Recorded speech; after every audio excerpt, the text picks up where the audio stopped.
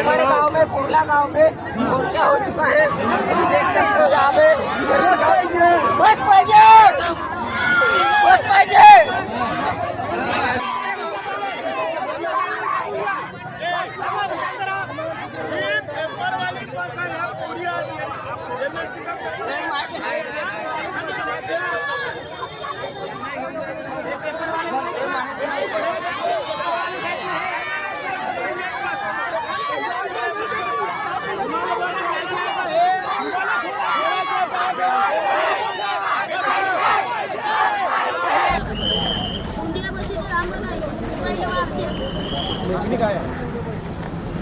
वेळेवर बस पाहिजे मला.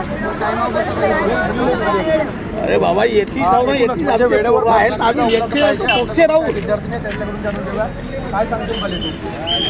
वेळेवर बस पाहिजे आणि बसमध्ये पॅसेंजर नाही पाहिजे. तिथं बोर्ड लावलाय ना विद्यार्थी आणि विद्यार्थी पण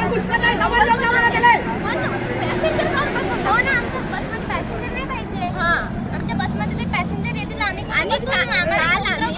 काल सुट्टी झाली आणि एक बस आली ऑर्डिनरी 4:30 वाजता. तर ते बस फक्त पहिलं पॅसेंजरले बसवलं आणि मग विद्यार्थीने बसवलं. असा काऊन?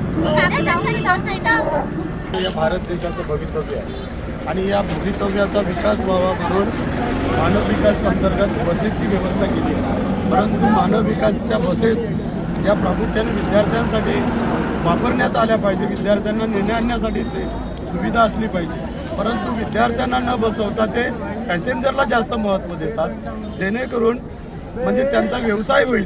परंतु आमचा हा भविष्याचा विद्यार्थी, या देशाचा नागरिक खऱ्या अर्थानं तो जर शाळेपासून वंचित असेल तर या देशाचा भविष्य कुठं जाईल.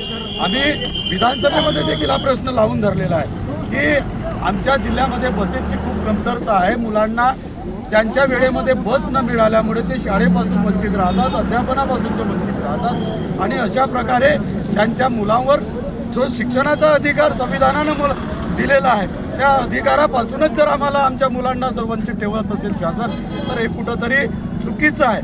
आणि म्हणून आमचे प्रामुख्यानं मागण्या, भारत सरकारला मागण्या, या देशातील या राज्यातील फडणवीस सरकारला मागण्या, खऱ्या अर्थानं पालकमंत्री आहेत गडचिरोली जिल्ह्याचे, पालकमंत्र्यांनी या ठिकाणी लक्ष द्यावं. आम्ही विधानसभेमध्ये हा प्रश्न मांडला. अरे 11-11, 12-12 वाजता ग्रामीण भागामध्ये त्या बसेस जातात. मग मुलांनी शाळेत जावं किती वाजता? 1 वाजता, 2 वाजता. अशा प्रकारची जर घटना होत असेल तर ह्या आमच्या मुलांवर फार मोठा अन्यायकारक आहे. त्याचं प्रतिबिंब म्हणून, त्याचा एक प्रतिकात्मक रूप म्हणून या ठिकाणी कुर्ला या ठिकाणी विद्यार्थ्यांनी स्वयंस्फूर्तीनं या ठिकाणी